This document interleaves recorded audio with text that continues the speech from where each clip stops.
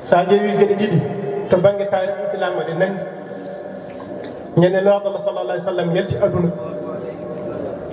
huunde e yimɓe mbiɓade na sallah sallam yalti aduna min gonta hokku askal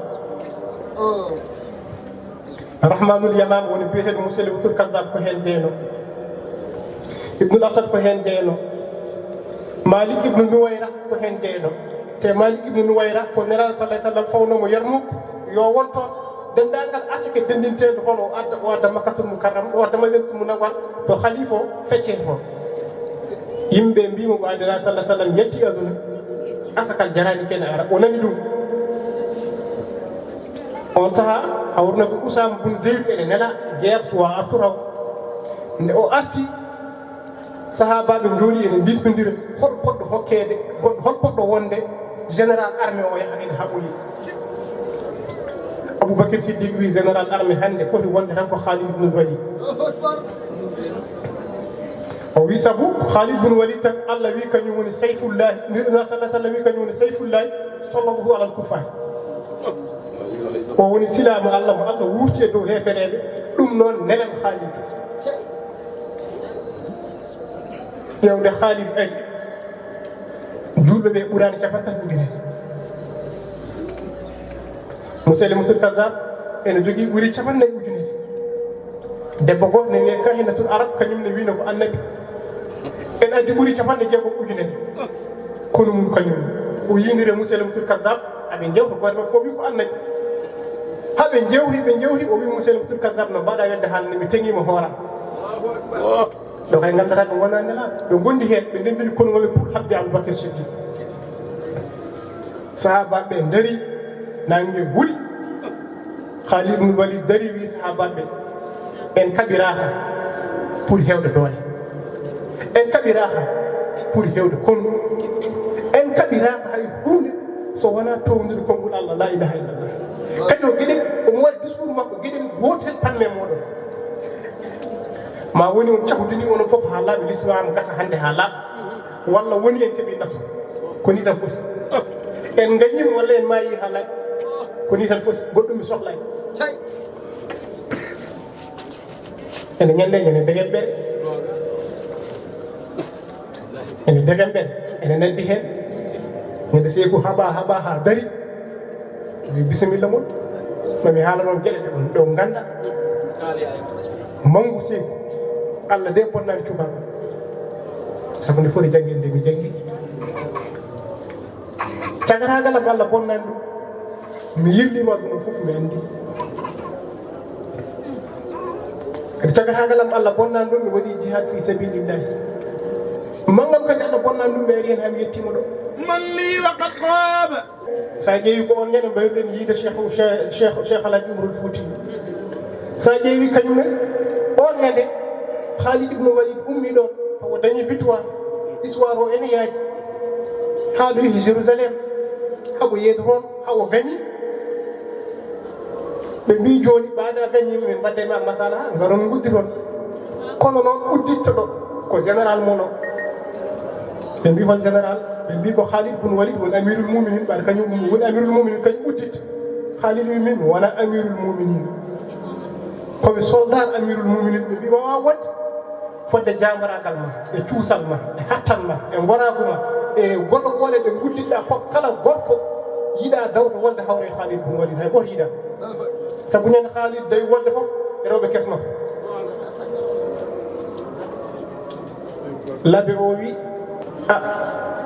nde woni momin gandi kono winda e defte amen uddita ɗo ko biyeteɗo Oumar ene hawrete Aboubacry yalti aduna on saaha koye khilaf Oumar ni woni Oumar ari udditi e Jérusalem e dow porɗo Khalid ibn Walid ƴeew Khalid ene haala hono konngol cheikh Alhaji Umarul Fouti yu haalno ngol taw hankkadi Oumar ibnul Khattab ittimo général addi mo jarra kañum woni général Khalid hooti o rafa ndeysan o leeli e nder suudu makko o wi laysa fi jasadi shibran illa wa fihi darbu shayfin wa ramyu rumhin wa ta'nu qawshin o wi jarum ɗum min Khalid mi haɓama goɗo wona he goto ndan foti ala e ɓandam he fodde ko lende fiɗima so wona ene hen lende ɗo jatifiya walla ɗo silamu soppi walla ɗo gawal fi walla ɗo lañal yu ƴeeta ɗum haaliɗum mayani e nder wonde ala fo ɗo haaliɗum mayata so wona haalide nde maya e nder suudu muɗum no mayde ngeloba ni ƴew haaliɗu ɗum waɗi ko haɓa ko fo ɗum ɗo woni ko woyi feram boni min haaliɗum ala fo ɗo mayami so wona mbaɗa maya e nder suudam hono no ngeloba ma yirtini min ñaguino Allah mayde wonde mi ware hen mi sahudina sa ƴeewi hono ngol ɗoggol ngol Cheikh Alaji Umarul Fouti haalno kanko woni shahidun bila jurhin wala ramyu rumhin o woni Cheikh Alhaji Umarul Fouti enen Afrique naaɓe to wawi wonde fof kala ɗo jota e jooɗa haala Cheikh Alaji Umarul Fouti haala hen en joɓani ñamani sabu enen fof eɗen kawri eɗen gandi caggal nelaɗo Allah sallllahu alayhi wa sallam e caggal sahabaɓe nelaɗo sallah sallam jiha tan gorko goɗɗo jiha dendagal carriére mum ha laaɓi ko Cheikh Alaji Umarul Fouti te o waɗi jiha ko saabi Allah goɗɗo fof mo wona Cheikh Oumar a waɗi saabi Allah kono heddi ko ɗum ko wona saabi Allah jihad Cheikh Oumar tan jihata o haaɓe jihad o gaño o ƴetta neɗɗo mo jiidani haydara ha wonɗo khalifa joɗɗa reeno wuuro nde hande on mo lomtotoɗa babou on ala wadde eɗen gandi ko Allah tan nelaɗo Allah woni hen ɗum tagui Cheikh Aboubacar bun Alhaji Malick Sy o wi Cheikh Umarul Fouti kañum woni Abouddin wattude ko wona ɗum ko jarnade yimɓeɓe tan guila e mawɗo gonɗo nden o guila e sababuji ɗi ha yettiɗo yettiɗo gandodiral maɓɓe ko ceerno Abouba woni sababu kono mawɗo maɓɓe kamɓe fof so mbiɗa haala kalanmi koye konngol ceerno Saydou kañum woni mawɗo maɓɓe kamɓe fof eɗen ñaago Allah noon yo Allah sellinmo sembinamo hokkamo gaddimo tinmo kamɓene heɓɓe caggal ɓe Allah hokkaɓe rewde makko sabu hay banggue gaddino no yimɓe ndewodirta nahwa ene jangini holno yimɓe pata waade ha ndewodiri sabi Ibn Malik nde waɗata deftere alfiya nde deftere nde wiyeteno khulasatul kafiya o wonno koye janginde ɓiyiko no janginiti ɓiɗɗo o ɗon o yiɓɓe waɗi deftere nde nasma pour ɓiɗɗo o yawa famde ko yiɗi haalande ɗum hen ko omo haala e damal damairuji omo haala toon o wiya waqaddimi ɗa hafsa fi ittisali wo qaddima ma siita fi infisali kala damir mo ganduɗa kala damir mo ganduɗa oɗo damir kanko ɓuuri ɓattade ardinmu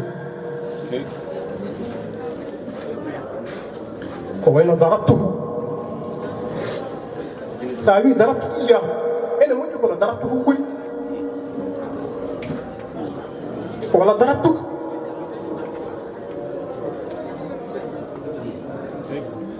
hayso noon huwa ɓuuri damiraji ɗi fof no ceerno Mouhamadoul Bocar Kane Algatagui wiyata ni wa kafani min addabairi bi ismi zati huwa allahu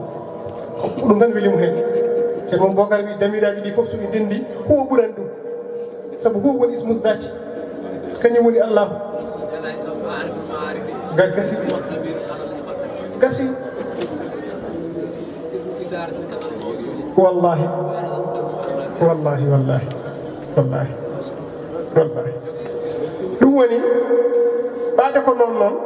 mbiyen kullu harfin mustahaqqun lil binai wal aslu fil mabni an yusakkana wa minhu dhu fathin wa dhu kasrin wa dam ka sahha ilma man taqaddama kullu harfin mustahaqqun lil binai woni kellifaɗo afo on jeeyi haqqe gardiko e rewɓe hen ɓe jeeyi haqqe ɗoftade yo Allah sellimo sembinamo noon mawɗo men o yo Allah sellinum sembin ɗum eɗen ñaaguimo kankone saaha foof nde o ɓeydata duwuji saabu yimɓe o saaha yimɓe cuhli haalis ala ko sohla so wona haalis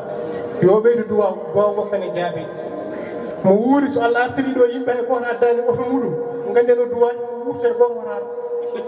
eɗen calmini yimɓe fof noon eɗen jafno ɗumen marhaba